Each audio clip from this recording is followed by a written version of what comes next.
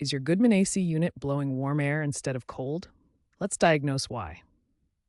Goodman ACs, while reliable, can experience this issue due to several common factors. The primary culprit is often low refrigerant. AC units rely on refrigerant to absorb and transfer heat, and a leak or insufficient charge prevents proper cooling. Another common cause is dirty or frozen evaporator coils, which restrict airflow and heat transfer. Faulty thermostats or sensors can also misread temperatures, causing the AC to run incorrectly. In heat pump models, a malfunctioning reversing valve might be stuck, pushing warm air instead of cold.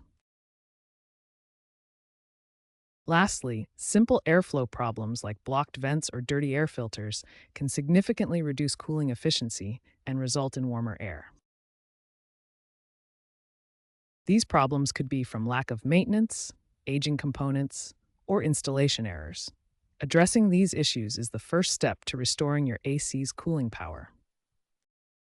First, check your thermostat settings to ensure it's in cool mode and the temperature is set appropriately. Inspect your air filters and replace them if they're dirty. This is a simple but often overlooked fix. Next, examine the outdoor condenser unit for any debris or obstructions, clearing away anything that might be blocking airflow. If you suspect a refrigerant leak or frozen coils, it's best to call a certified HVAC technician. Refrigerant handling requires specialized tools and knowledge, and attempting DIY repairs can be dangerous and void your warranty.